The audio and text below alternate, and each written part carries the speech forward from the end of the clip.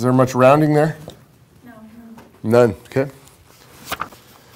Angie, do you have the one on the right? No, but I can get it. Beautiful.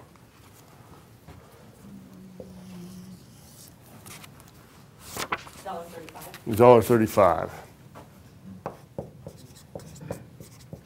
And then $2.45. Is that the end? I got to tell you, it continues to be more complicated because we have more going on here.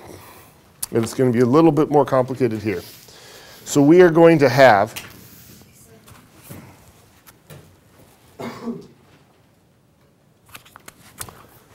first number we're going to have is from beginning inventory. Okay, those costs that we started with here are going to go there. So from beginning inventory is $8,320. Okay.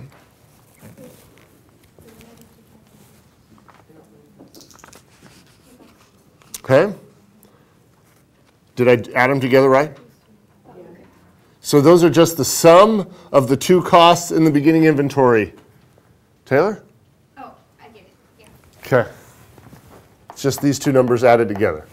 Did I do so correctly? Okay. Now the next thing, let us finish our beginning inventory. Let's finish beginning inventory, and I'll just help you out. I've not done it like this, quite like this before, but we'll take care of direct materials and conversion costs separately, okay? So let's finish beginning inventory with respect to direct materials. How much money did we spend completing those units with respect to direct materials? Nothing. Does everybody see that? Aubrey might. Aubrey might. And so this is a 0. So I do this to kind of make it absolutely clear what's going on. We spent nothing with respect to direct materials finishing these units. Okay? Nothing. How much did we spend with respect to conversion costs? Sadie, how are you doing? You're lost? A little bit. Do you know why this is 0? We've got 5,000 units. How complete are they with respect to materials? So how much work did we have to do this period to finish them? Okay? Now let's do conversion costs because your card is up. Okay? How many units do we have in beginning inventory? How much work do we have to do to finish them? Is it 60% to finish or 40%? 40% to finish. 60% is done. And now we've already done the math, so you can save yourself the math. Okay.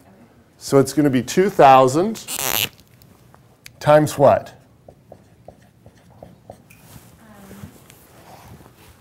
The 245?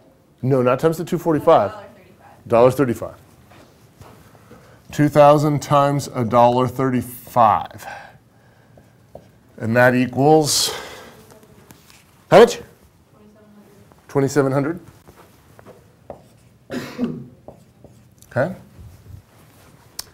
And then the last thing we're going to do here is started and finished. Started and finished. Let's put that in parentheses so that looks a little better. Started and finished. How many units, Catherine, did we finish? Oh, excuse me. I don't want how many we finished. I want how many units did we start and finish? 30,000. 30,000. And what do you think we're going to multiply that times, Catherine? 245. 245. Does anybody have that all done? How much? 73,500. And now I need all those added up. Matthew, if you want to work on that, because your card just came up. And then This bottom part is just like before.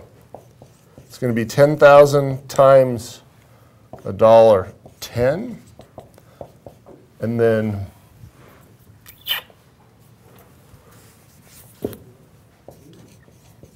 $4,000 times $1.35. And Victoria, if you could help me with that bottom one.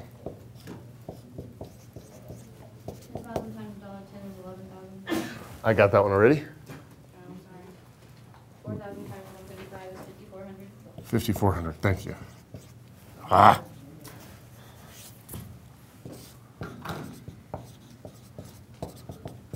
And then Matthew, what do you have for me?